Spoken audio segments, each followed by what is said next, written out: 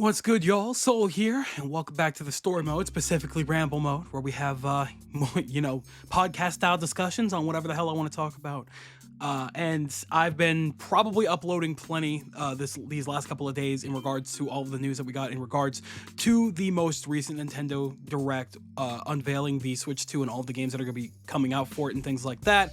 And I was saving this one for later because we had to just kind of wait, or at least I wanted to wait until we got as much possible information that we could out of the Nintendo Treehouse gameplays and lives and things like that, so we could really see what this game truly looks like, right? Especially because this game is by and far easily one of the most divisive conversations ever. And it's barely divisive, it's pretty one-sided, but we will get to that, right? So I'm not gonna sit here and say that this game doesn't look absolutely incredible, right? I'm not gonna say that this isn't a massive improvement from Mario Kart 8, like, especially because you gotta remember, man, we've had Mario Kart 8 for what feels like it is over a decade now, right? Because we've had it since like 2014 or something like that. We've had Mario Kart 8 for a very long time, almost 11 years, I think. So it was about time for a new Mario Kart. And with World, man, they really showed out. They really, really did their best to try and show out, because this game, it does a lot of things that I didn't expect, and a lot of things I was asking for, right? Let's get into the nitty-gritty here. I've listed like a bunch of the stuff that we've garnered from this most recent Nintendo Treehouse Live gameplay, right? And this is all before the actual Direct showcasing everything in regards to Mario Kart World, right? We're gonna get that in a week or two. But this is all of the stuff, the general stuff that like just burst out to me now, right? So let's start with the fact that there is allegedly 84 characters base game at launch. Are we kidding? That is absurd. Because what in the world are we doing with 84 characters? Like, who? When I heard that, I'm like, who are they possibly pulling, right? But then you gotta remember, man, there's so many different characters that they could be pulling from the Marioverse, right? You know, and not even just obviously out of the Mario main characters. We're talking about all the Mario baddies too, you know. Obviously we've had stuff like Shy Guy and Piranha Plant and things like that for years now, but now we're seeing the coin pouch thing that spits coins. We're seeing the fish, the bone fish. We're seeing just everything. The cow. what is the cow doing here, bruh? We're seeing so many different characters that we would have never seen in Mario Kart 8, and that is a bonanza. I'm gonna say it every video. That's so funny, but we're seeing a lot of characters that we would never have expected to make it into a Mario Kart game as playable characters. And that's really astounding that they really just went out of their way to get all of these unique characters and make this roster the biggest we've ever seen it since like Tour, if that even counts. So that in of itself is absolutely incredible, not to mention the fact that we're probably going to get like other characters down the line as DLC, you know, the crossover characters like Link, like Funky Kong, hopefully, like the Villagers or the Squid Kids, or hopefully. I would be over the moon, especially with Kirby Air Riders coming out, if Kirby were a guest star this time around. I don't think that's insane to have Kirby and his star. I just think that would be elite. I think that would be elite for these games to have a crossover of some kind. Why not? Kirby's iconic as hell. Put him in. Get him in there, bro. So, I don't know. Regardless, though, that's a lot of characters. Like, that's enough for everybody you know, personally, to have their own unique main and more. That's crazy to me, right? And that's we're just getting started here. That's tip of the iceberg type B. All of these characters look and feel so completely unique and expressive and distinguished. you look at this gameplay here and you are seeing all of these characters just completely personalized. You're seeing all of their expressiveness in every single one of their movements. As soon as you get a close up on their face, you see that they have a lot more detail and they have actual expressions. Wow, forgot how to speak there, huh? They have genuine expressions and they just look and feel so much better. Right?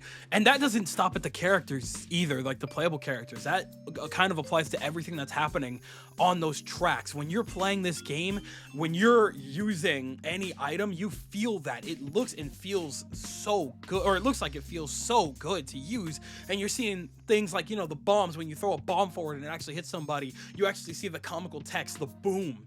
When you use, you know, the boo to swap out items from wherever you are, you know, use the boo swap item, you're seeing him giggle and like move so much more than usual.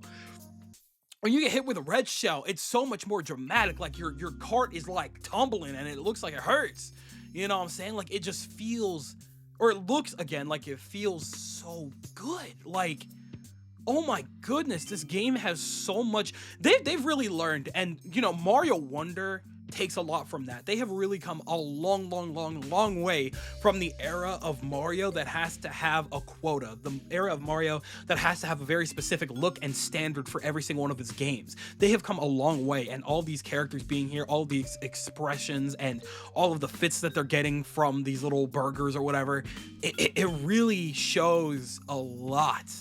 It really does, and I'm happy to see that. I'm glad at how good this game looks. It's so pretty, you know. All of this running in 4K if you've got the TV to stomach it, like, or the monitor, I guess, whatever you use. But that's incredible.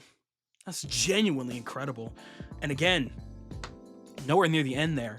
On top of this, we have a lot of cards to choose from. Now, there is a good and bad angle to this, and that's the fact that it doesn't...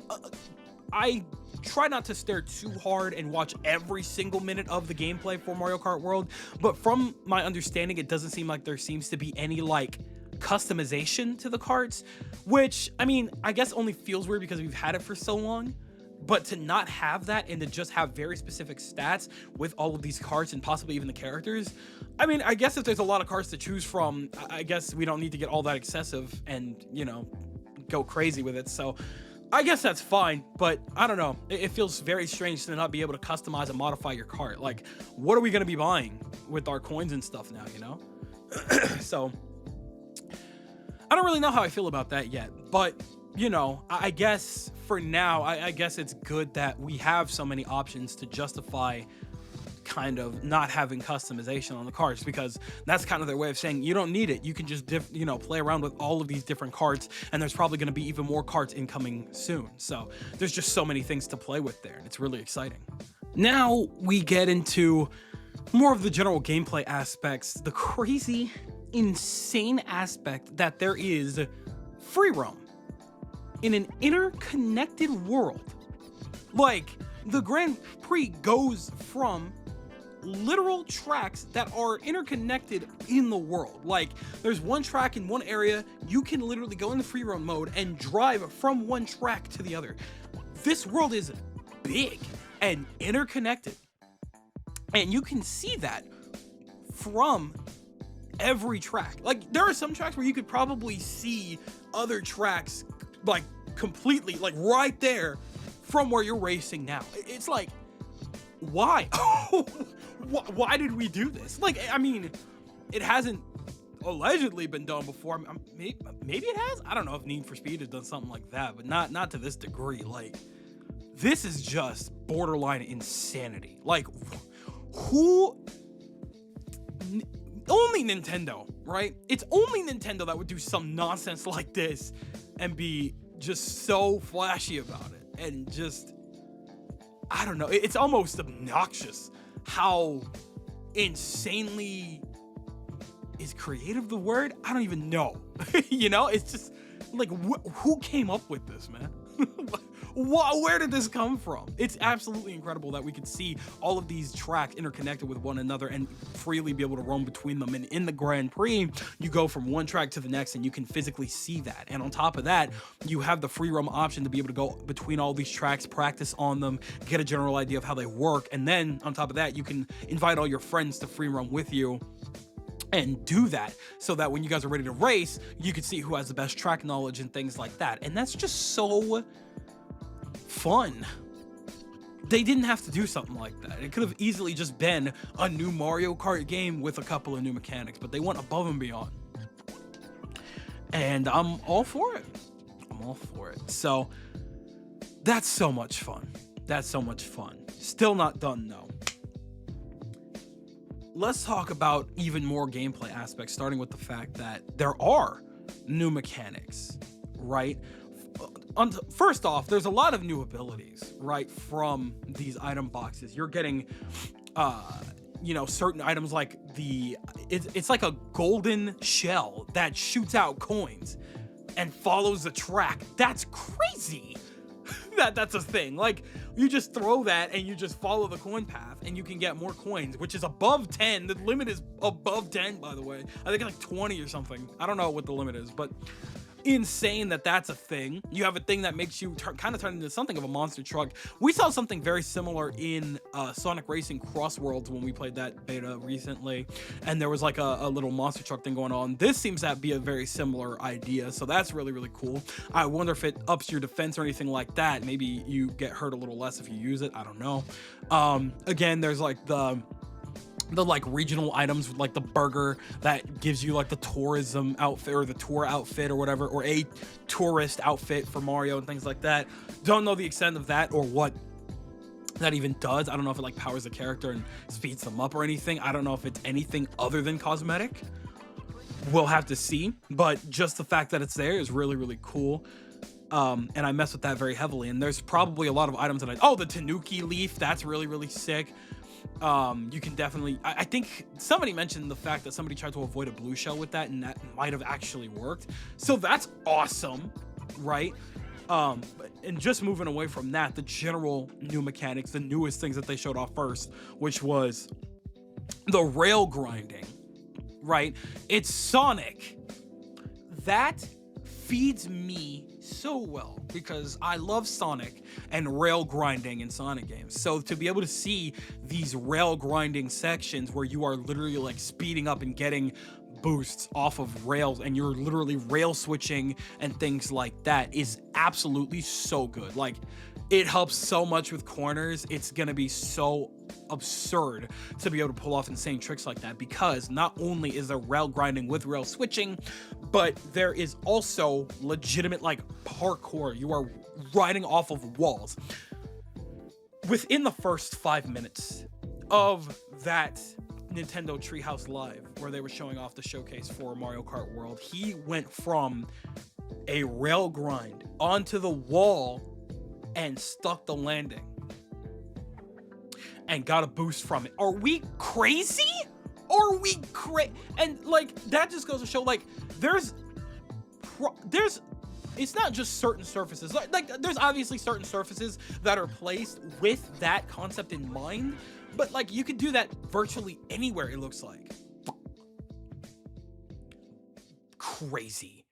Absolutely bonanza, bro, that we can actually get away with something like that. That is insane. So rail grinding and parkour adds to the skill level drastically. Like, if you have good now more than ever, if you have good map knowledge, you are killing everybody.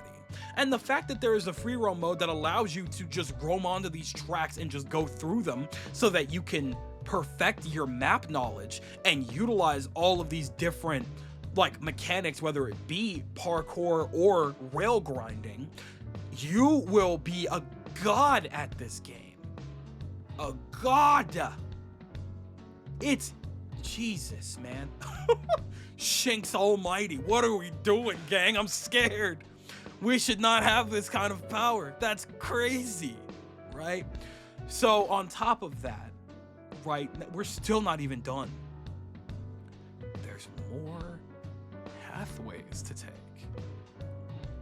Optional pathways. They've done the Sonic thing again. Twice in one game. Where there's more pathways to take on this track. Of course, it's not like this is unfamiliar and stuff like this. They've done stuff like this before, but like, it looks more not excessive per se, but more fleshed out than it was before. And like, there's just so many ways you can go about these tracks, man. Again, this game is going to be where your map knowledge is absolutely critical, man. And that's just, goodness me. How awesome is that, dude? How awesome is that, bro? And then the last thing that like majorly jumped out to me was simply the fact that, I mean, we already knew this from the first trailer that we ever saw, like teaser that we ever saw, was that there was 24 racers. And there's kind of like, I think, a survival mode situation going on where, you know, after a certain amount, or after you get too low in the race, you get kicked out and you just kind of keep going until you win first place. Not unheard of. I'm sure other games have done something like this before plenty too.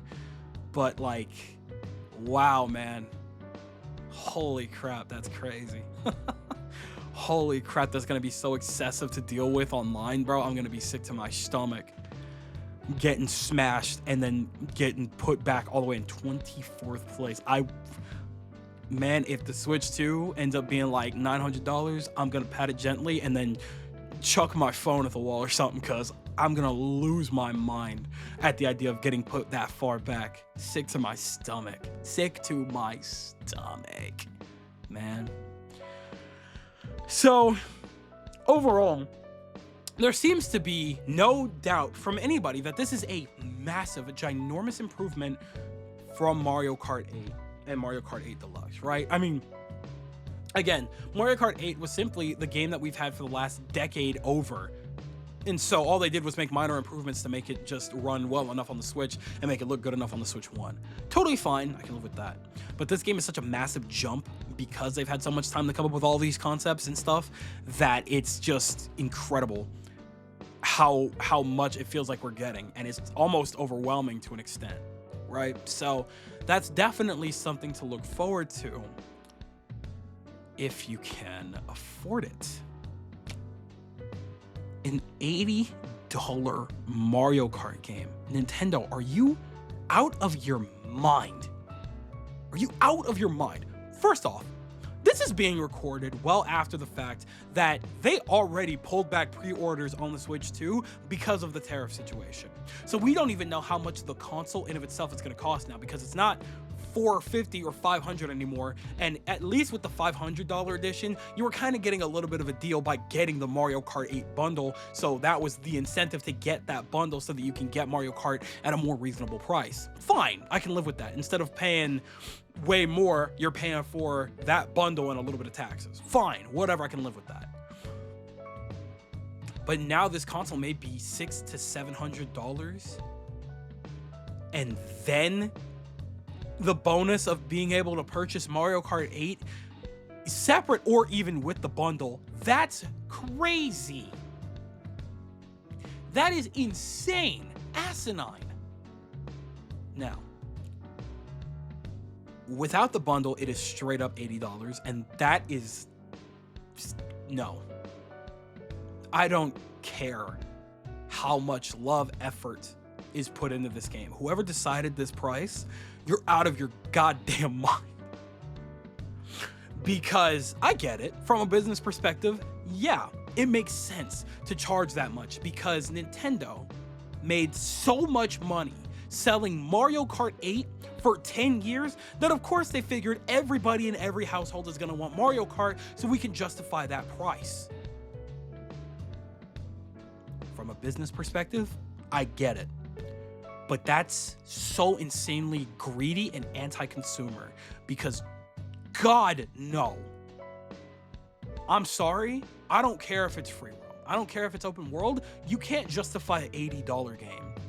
Baldur's Gate 3, a game with hundreds of hours worth of content, hundreds of just millions of dollars worth of detail in every single character, every single NPC in that game, the thousands of NPCs that are in this game, voiced.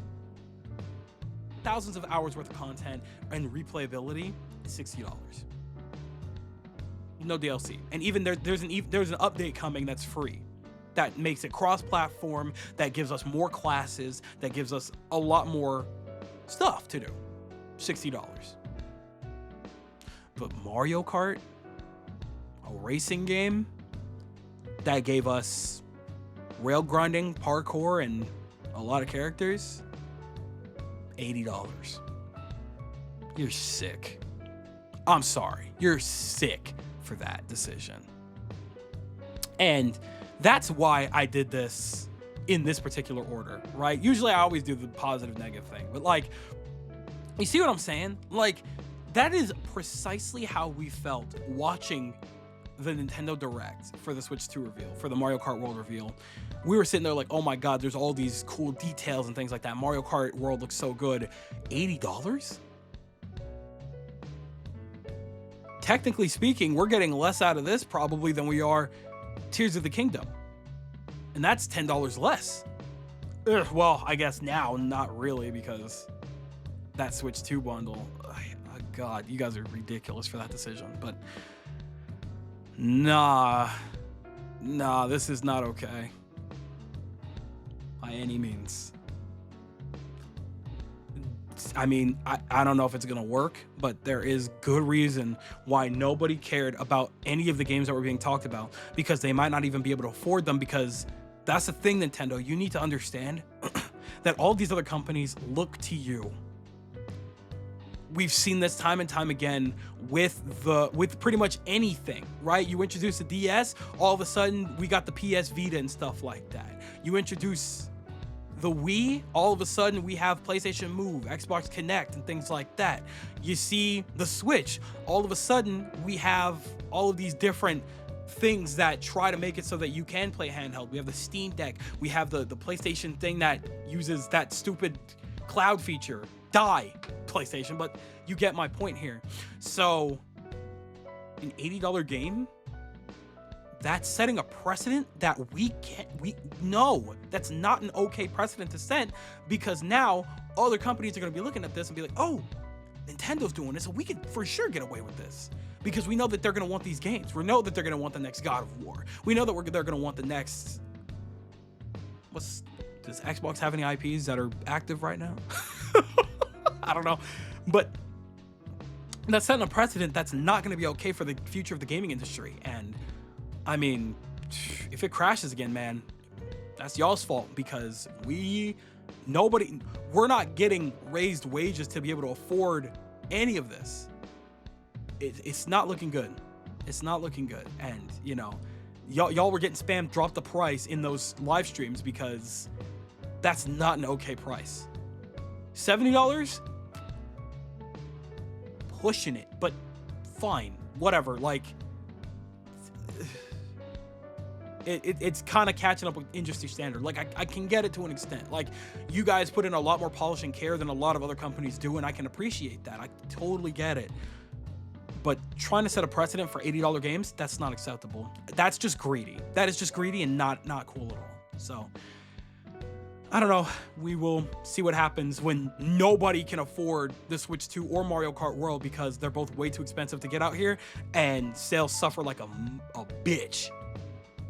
We'll see what happens, but I'm gonna leave it at that. So I'm passing back over in your direction. I want you guys to tell me everything that you're thinking in the comment section below. Do you agree that Mario Kart World looks really, really good?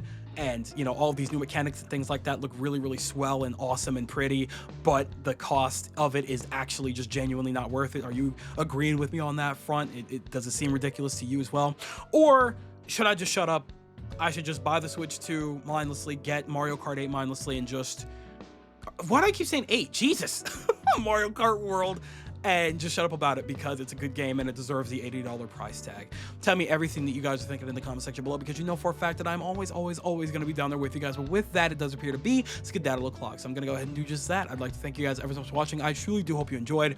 Do me the greatest favor of dropping a like and a comment, and consider subscribing for more content just like this here. And with that, I'm gone. So thanks again. Hope you enjoyed, and I'll be seeing you guys in the next video. Do me the greatest favor of taking good ass care, and I'll see you all next time.